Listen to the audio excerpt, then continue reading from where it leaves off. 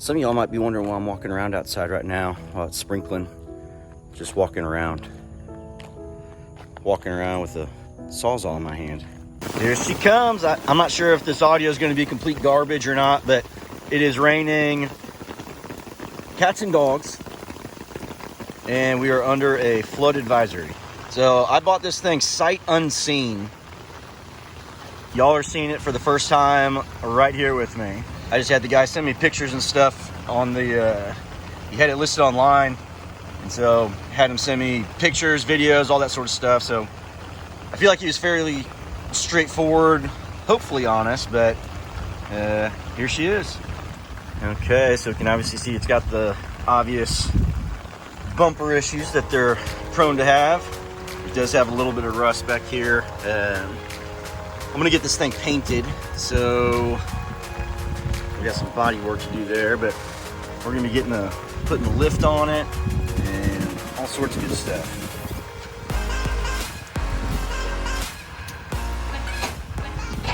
So we'll probably take this bed off of it and try to put on an actual dually bed. Might take a little ingenuity to get that to work, but I like it. A little bit of rust on this side. The other side looks worse. Yes, that's the brakes. Definitely is a hard starter. I'm not sure what the issue is there, but something to look at. Inside, it came with a new grill, so we'll try this out, but dang it, this is an LMC one. I had the same brand on the last truck, and this was garbage. So we'll probably just try to find an OEM one. The inside needs a headliner. It's missing the door handle on the driver's side. To roll that window down, the driver's side window down, you have to actually push the down button, and vice versa. To roll it up, you push the down button. Went and sprayed it off a little bit, got a bunch of the dirt. This was an oil field truck, and so it had tons of dirt from running, the unpaved roads and everything. And this bed's in pretty good shape. I'll get a video of it. It does a weird thing after it idles for a little bit, and just kind of surges just a little, just kind of pulsates. But went through kind of making a list of everything, basic stuff like changing all the fluids, fixing this bumper here, the usual sag, getting a new grill, putting all LED lights in it. We need, probably gonna end up doing new headlights. These are kind of hazed over, and I'll probably just sell those. What else? Dumb stuff, get it retinted. The motor looked pretty clean. Got to order new tires. I'm gonna try to get the same ones that I have on that old girl, the Advanta X-Comp MTs. If I can't find those, I'll go with the Gladiator X-Comp MT. Got to order the lift. Need to figure out which route we're going to go with that. I had a plan, try and get a company to send me some stuff, but I'm not big enough, so they didn't want to really send me anything. They offered a little discount, but give me your ideas on what we should do. I was thinking 6-inch with 37s or 4-inch with 35s. My only hesitancy on the 37s is that I don't want to do a 13.5-inch tire, and in the X-Comp tires, they don't offer that in a 12.5-inch wide. I haven't checked on Gladiator's website. They may, since they're a little bit larger of a company than Advanta. So we'll check that. If they offer the 37 in a 12.5-inch wide and an 18-inch wheel, that might be the route that we go.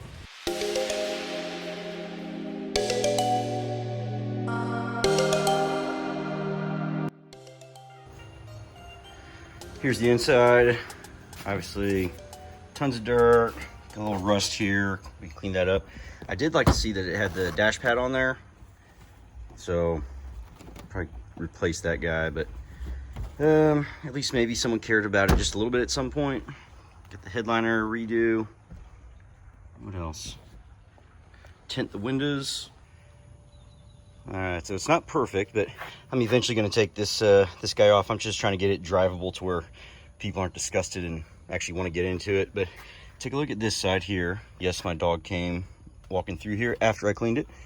This side looked not as bad as this other side, but it was pretty close. So you can see the difference.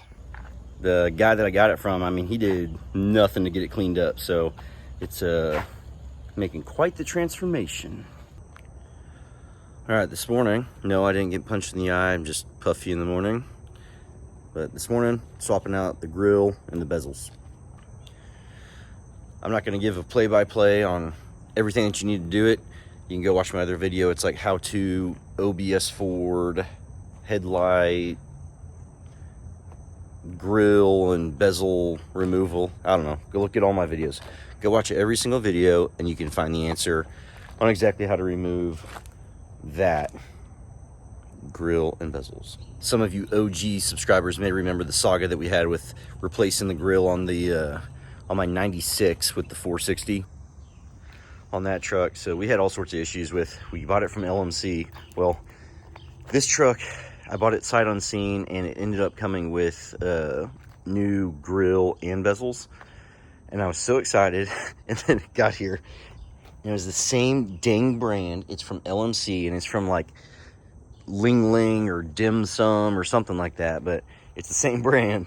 But we're gonna see how this one fits, because the header panel's off a little. Well, the header panel's actually not that bad. It's just cracked right here, and then this, like, I don't even know what you call that, but this thingy-mabobber here is a little cracked. So things may end up being off just a little bit when it's all said and done, but hopefully it fits a little bit better on this one than it did on that one.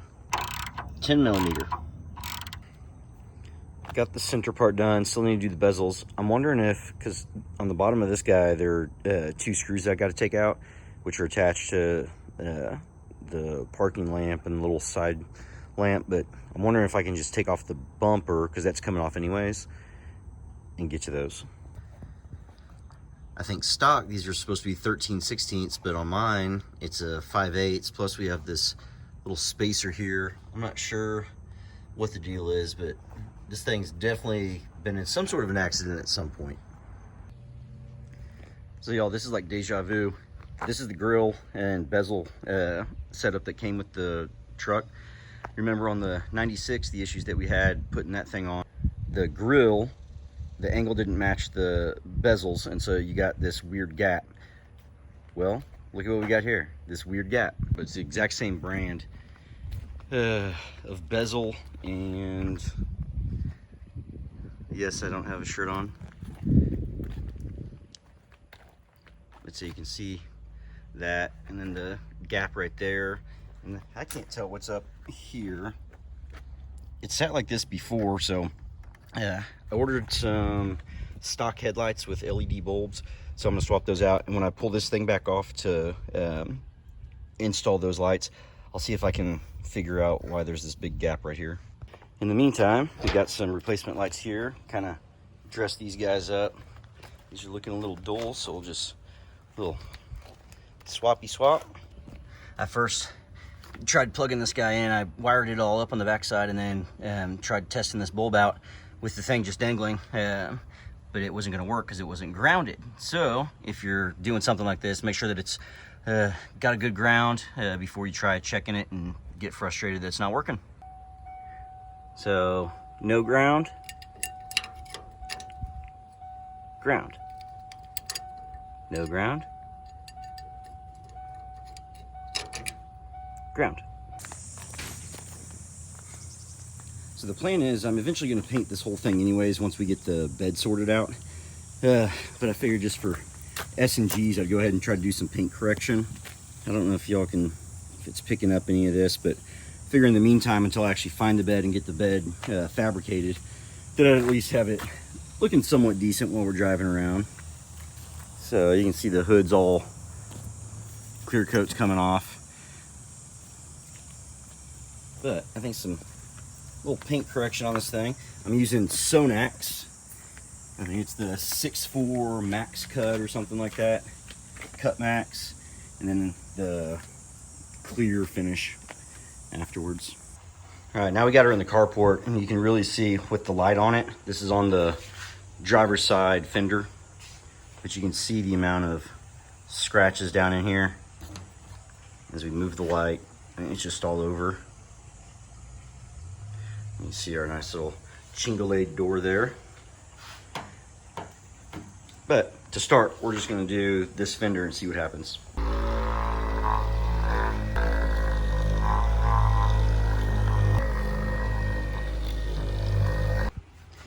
Here's kind of what it looks like after you've sanded it.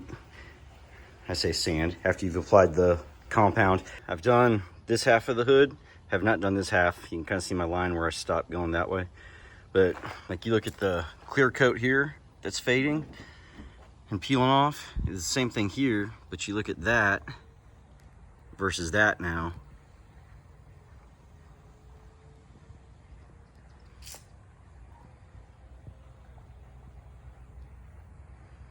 Stuff works. This isn't even with the clear coat on it. Okay, so we got her all polished up here. Not bad. And now we're gonna do the perfect finish, also by Sonax. Is anyone feeling a little deja vu from this old girl from a couple years ago? That's right, boys. We're lopping off the muffler here, and we're gonna cut it long enough to where we can put it back on for inspection when we need to. But the long-term plan is we're gonna get we're gonna do just a 3-inch downpipe. Shut up if y'all are gonna complain about it. We're gonna do a 3-inch. I'm not messing with the firewall. Back to a 4-inch. It's gonna be beautiful. This is a cold startup on a 1995 Ford F-350 with a 7.3 Powerstroke.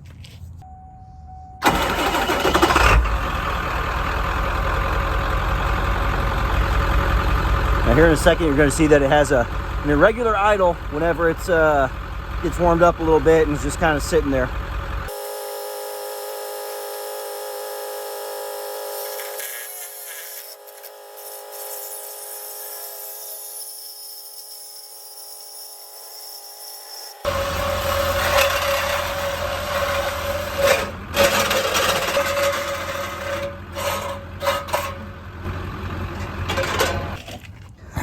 This is a cold startup of a 1995 7.3 Powerstroke. Straight pipe with just a pancake downpipe.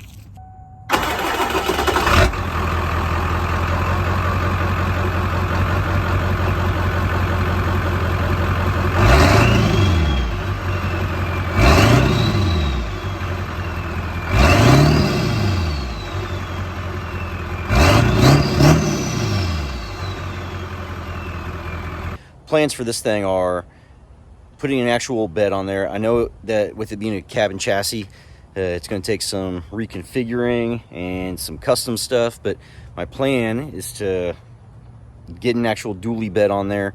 I'm looking for another truck, donor truck, to get us some parts that we need. We're doing an actual dually bed, lifting it up, wheels, tires. We'll probably end up going with like a PHP Hydra chip. So tell me down below what all you think we should do this truck.